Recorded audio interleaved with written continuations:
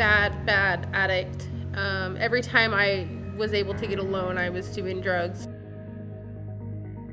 I've been to prison 4 times, twice in the state, twice in the fed. I was doing all this crazy stuff, cooking drugs and just staying high.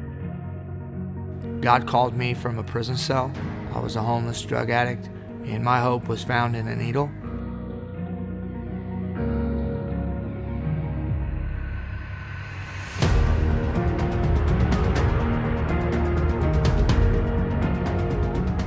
I was 8 months pregnant, homeless, living out of my van. You know, it wasn't Freeway that saved me, it wasn't John Stroup that saved me, but God uses Freeway in such a mighty way as a tool to reach these people. There's not a community or a county in America that doesn't have a drug problem. And the church has the answer, and it's the gospel of Jesus Christ.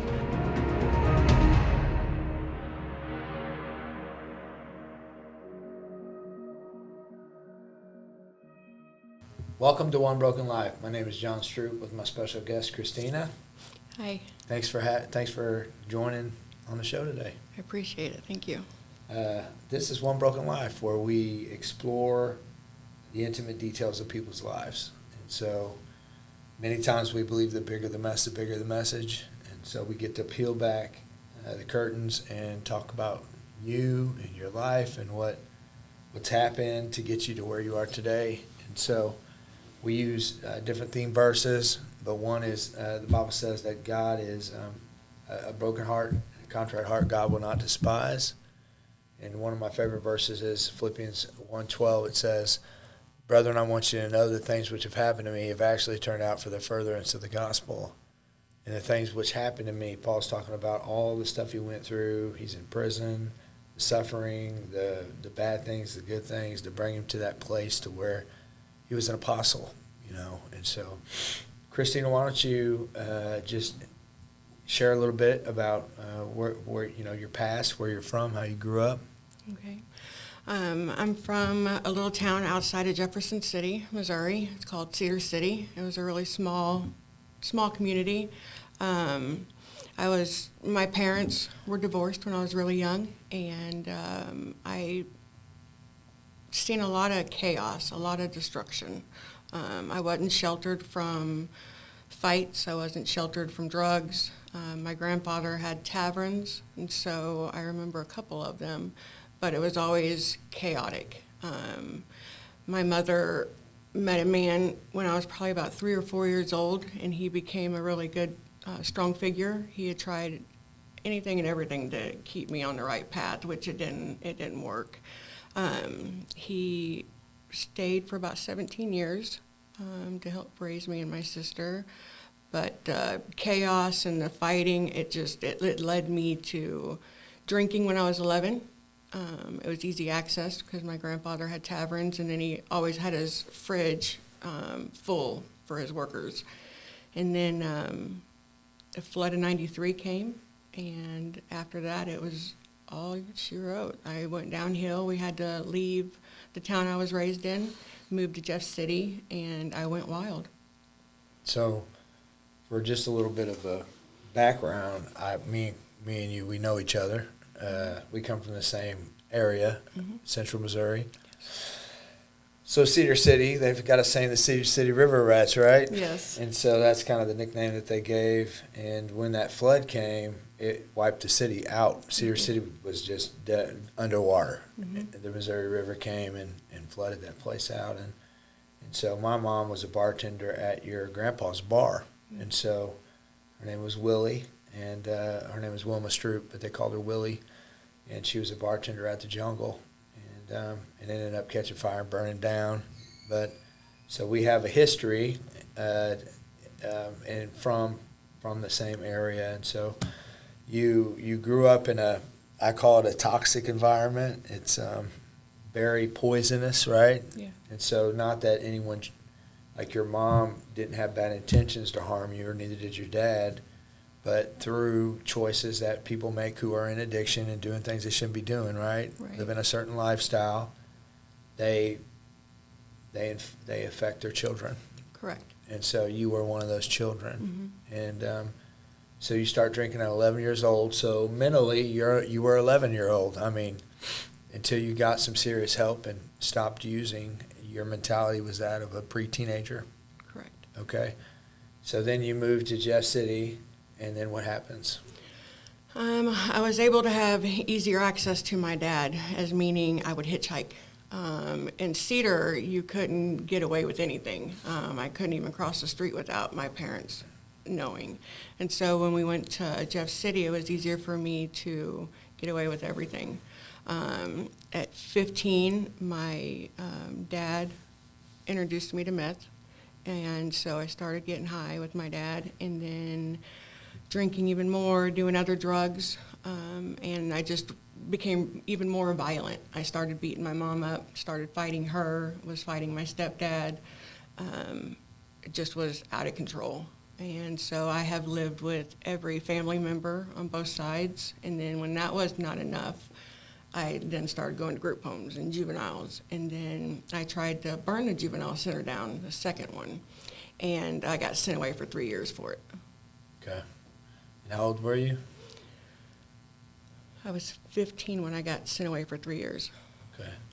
So you aged out Yeah, of a group home. yes. And then, so you have this history of destruction. Mm-hmm. And then, hurting people hurt people, right? Right. And so the reason you're lashing out and the reason that you're trying to fight and hurt everybody is because you were an angry little girl. Mm-hmm. And you probably had no way to cope with the things you were going through from the past, Right. your trauma and the stuff that you dealt with.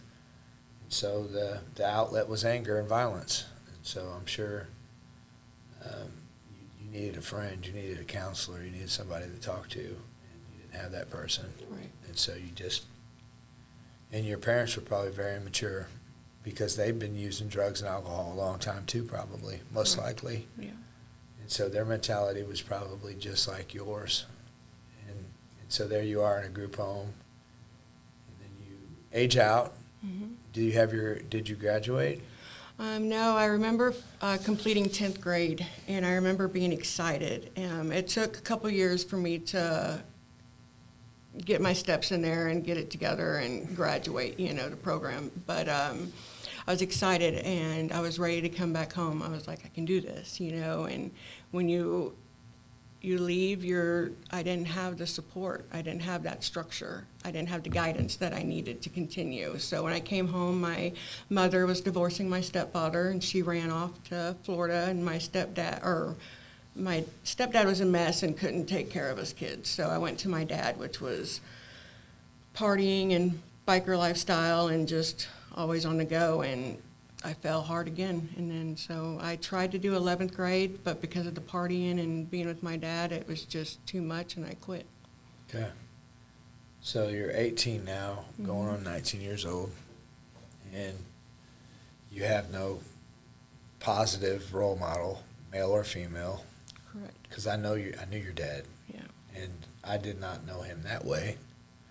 But when I was on the run, he hid me out and was willing to, one of those things. But so then you hit 18, you leave. You're like, I'm not able to commit to being responsible and finishing school. And so, what was the choice you made? Where did you go next?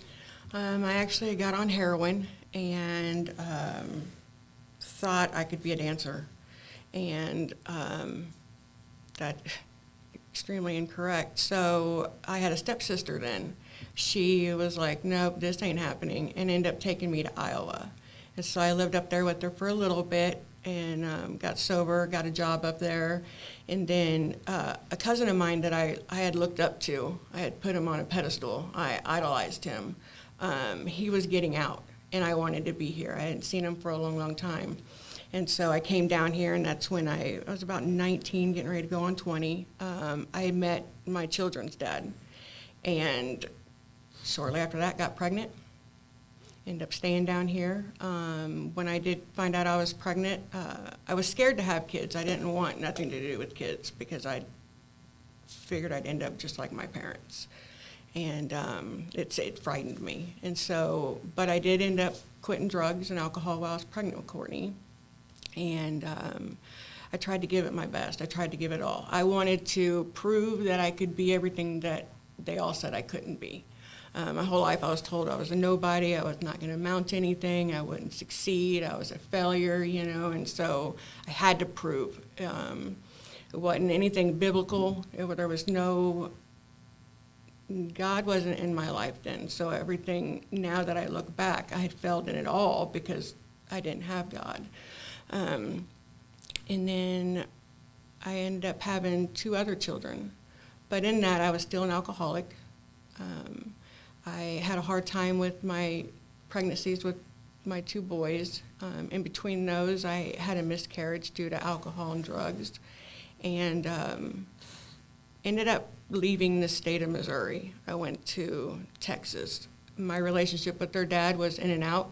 It was no different than the way I was raised. If you weren't hitting me, if you weren't cheating on me, if you weren't calling me names, you didn't love me.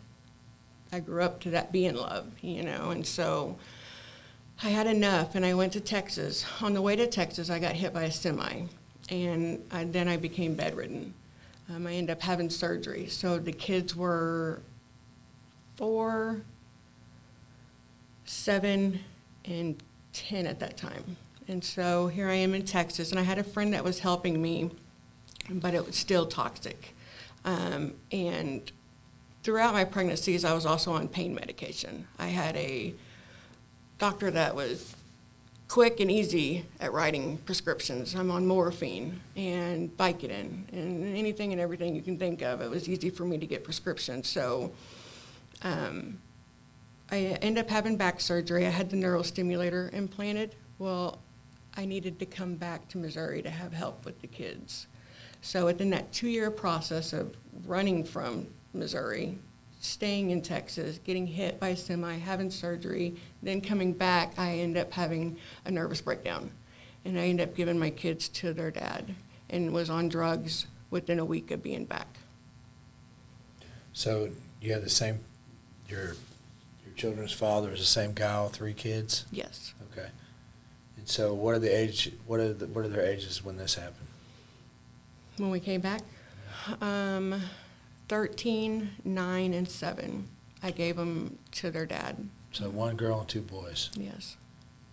So your life is just rode hard and put up with, right? Correct. And so how old are you about this time? I don't even remember.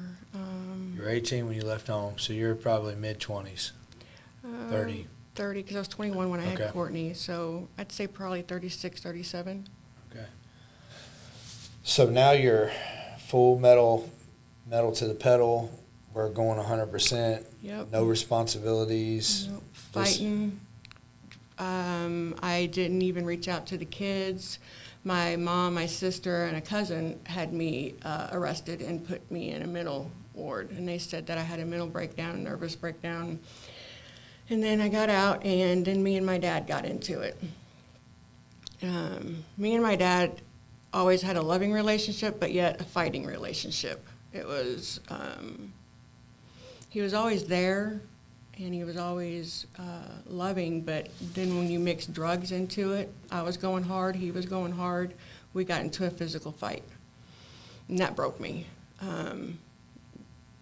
That devastated me because I've never fought with my dad like that. And in that wreck, I had got a settlement, an advance. And so my dad felt entitled to it. And I was like, no, it's not happening. So I met a young man, and I went on a vacation. It was a vacation that I had not planned.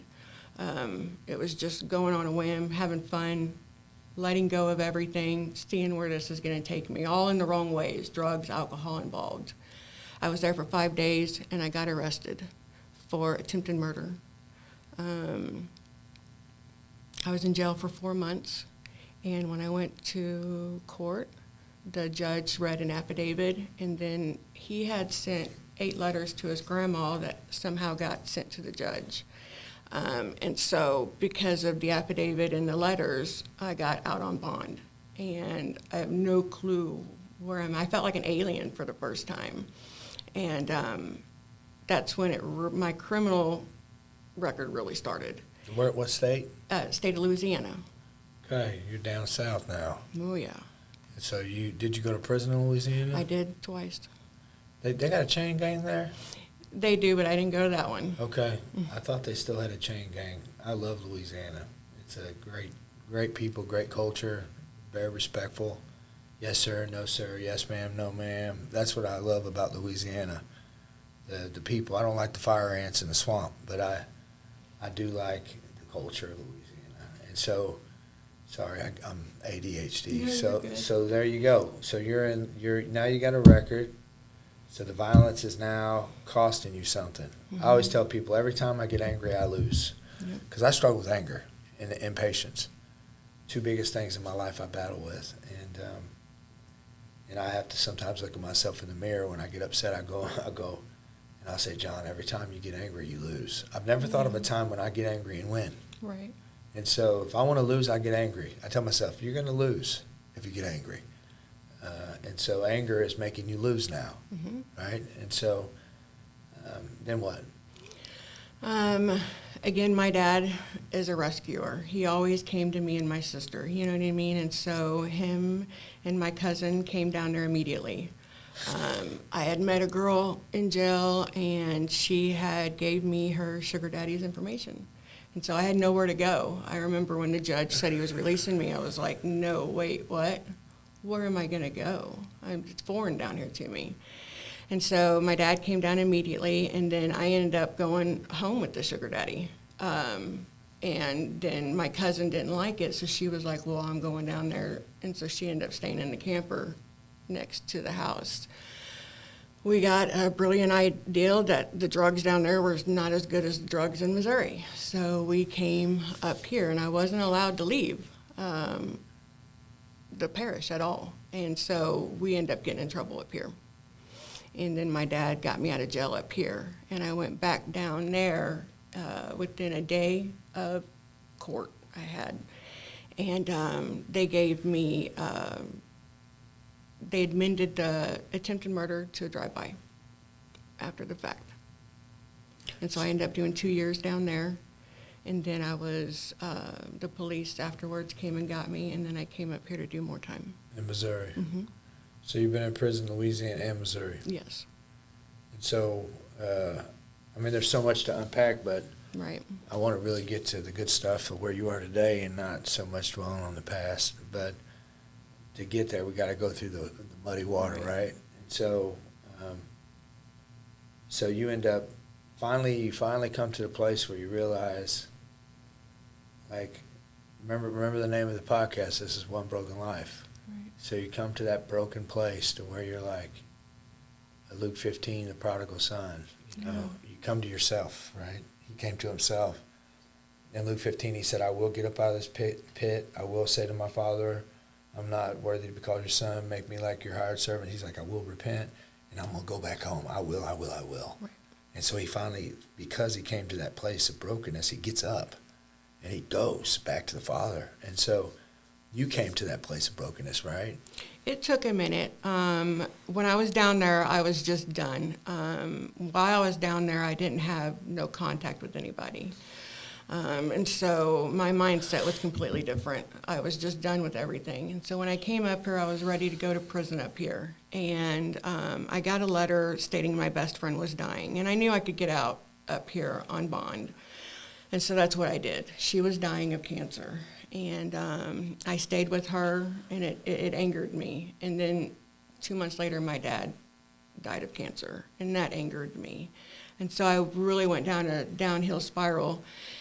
And it was to the point where they were going to give me probation up here, and I said, no, just send me to the yard. I'm done. I have done so much chaos in between there. You put me on probation, I'm just going to hang myself even tighter, you know. And so I went to prison up here in 2018, and it took a while. In this time, I had met Jacob, my husband, and during our relationship, we never talked about God.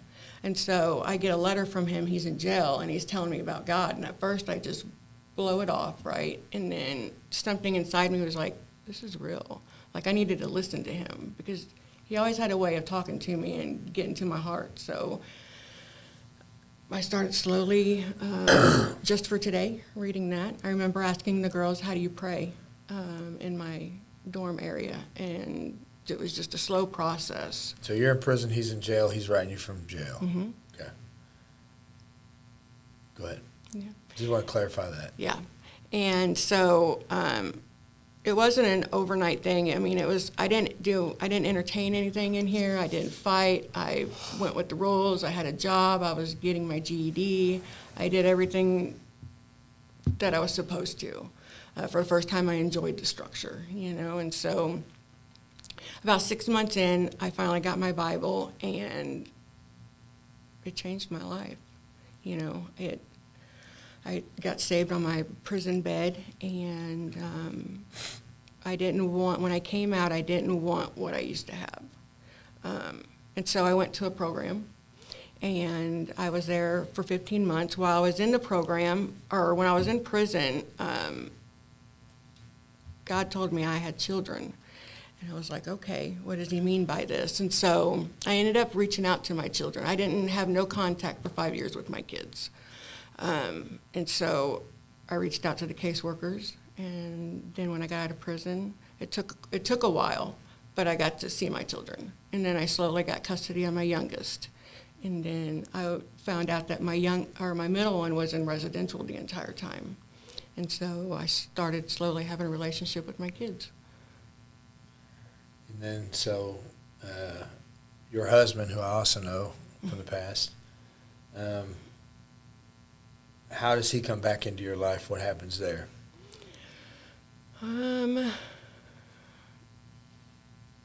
He was in prison, and I had left the program that I was at, and I was living in Holt Summit, which is near Jeff City. And I don't know, we just always had a way of running into each other and getting back in touch. So was he your husband? Not then. Okay. No. So let me just kind of, a little bit of a spoiler alert. So I get a phone call through Facebook from your husband, now husband, Jacob. Yes. And I've known Jacob a long, long time. We lived on the same street growing up, but we never hung out. You know what I mean? Mm-hmm. We were different. We ran with different groups of people. But when I became a dope fiend, I don't know how else to say it. Forgive me for not being politically correct, but that's what I was. I ran into Jacob. So there was like a dope fiend, junkie group of people I ran with when I was getting high. And then there was like the drug dealer, drug seller group of people I ran with that wouldn't associate with the junkie people. Does that make sense? Right. And so I would be off in junkie world, getting high and running and gunning. And I knew all the drug dealers because I ran with them, grew up with them, so I could get it for nothing. And so I would always just, that's how kind of I supported my habit. And I ended up running, Jacob. And anyways, he went to prison. I went to prison, started witnessing to him in prison. He got out and went back I was thinking Jacob's never going to change, And so I tried to help Jake years ago when he was in Jeff City at another program, and he was not ready. And so then I get this call. I'm clean, I'm sober, I'm married, I'm in a place in Aurora, Missouri, less than about an hour, 45 minutes from here or something like that. About 45 minutes, yeah. I'm like, man, you need to be down here. And so I'm like, why aren't you here with us? Get down here with us. And so you guys start driving that long trek, which Jacob can't drive because he's got 5,000 DWIs, Right. And so he cannot drive, can't even drive a lawnmower, right? And Right. so you guys start coming down here and coming to church and coming to Freeway. And long story short, Jacob you guys get plugged in, right? Yeah. And so you've got a ministry to serve in, you've got a church home, right? Yeah. And so that transition has been radical Very. for you. Yes. How much clean time do you have right now? September will be 3 years. Wow, that's awesome. Yeah. Have you ever been clean and sober 3 years No. in your life No. since you were 11 years old? Nope. So what about your kids? I mean, what do they think about this new person? I think they're still watching because I did get my kids back. I got custody of the youngest, and I learned a lot at the program that I was at, and I completed the program and I graduated. But I can now say I look back and my foundation was not built strong, and so it crumbled after I left. And I relapsed immediately, like not even a day or two later. And so those feelings started coming back. So now the kids, now that I'm sober now, the kids are watching. They're paying attention to me, Not only did I give them away the first time, then I relapsed the second time. So now they're really, really watching me. My daughter is amazing. She went through a lot. She was 13, so she was with me the longest than the other two. This last time she got pregnant, and I was able to be there for her. I was able to be there when my grandson was born, and now I'm able to be in his life. But she has put that structure down. She has put the rules, It's good. I have my youngest one with me, and it's hard because he was 7. And so even though I did get custody of him back, he was so angry. He didn't even know who I was. He had stood in front of me and was like, "You look familiar. You look like my grandma." And he was 12 then. So we're learning to communicate. We're learning to be under the same roof and live than what it was when I got custody, because I ended up losing him again after my relapse. So you've got a son locked up. I do. And you've got a daughter who's trying to do what she can as a single mom. And you got a son that lives with you right now, you and Jake, right? Yes. And so the transition, we both come from this toxic background. And so your transition coming into this life, right? And because I feel like God has given me an opportunity to pioneer a way out for a lot of people. Like, follow me here. Here, this is how you operate in the church. This is how you serve in the ministry. This is the structure that's been pioneered for others to follow through, right? And so you've got a trail that's been made for you. Mm-hmm. Does that make sense? Yeah. And so here you are, you and Jacob. I trust you both. Jake is my friend, and I think you guys are the real deal. And so you guys buy a house across the street from the ministry. Yeah. Right? Can you believe that? Yeah, You're a God did it. homeowner. Yeah. And so here you are. Jake went through our Timothy Project, our internship program, and so you felt like it was a good idea for you to go through the internship program, right? Correct. And so here you are. You're interning, which means basically you're learning everything about the ministry. You're serving in all the areas of the outreach. You're learning how to do the ministry. And so, like, who are you? I mean, what do you think about this life? How's this transition feel for you? I love this life. I can actually say that I feel I'm a child of God. He has saved me, and he is my one and only. Without him, I would have nothing. I would be right back where I was. I was an addict. I was a thief. I was a liar. I wasn't a good mom. If I could be the mom I am today, then, wow, But I feel like God has called me and Jacob to be in ministry and missionaries and to give back. We've done a lot of tearing up, and there's a lot of people that we can help, and even children as well. And so, and be an example. My son is in prison, and I try to tell him there's so much hope still. You don't have to be lost in there. And everything that we have went through the past 2 years, God has put in place for us. When me and Jacob got back together, we had no clue where we were going. I was living in a Jeep, and he was at another ministry, and he was like, "Hey, come here." And I'm like, "Okay." And just really awkwardly let me follow, and I end up going there. And then God's like, "No, you're going to Springfield." And then, no, God says, "You're going to Freeway." And then now you're going to do media, and then now you're going to do Crossway, and you're going to do Timothy Project, you know. It feels good, and I know it feels right. So your mom, you get to see her now? I do. We never had a relationship, really. It was always violent, you know, and I parented no different than she did. So there's no ill will there. There's no hurt there, you know, and we're learning to know who we are and accept who we are.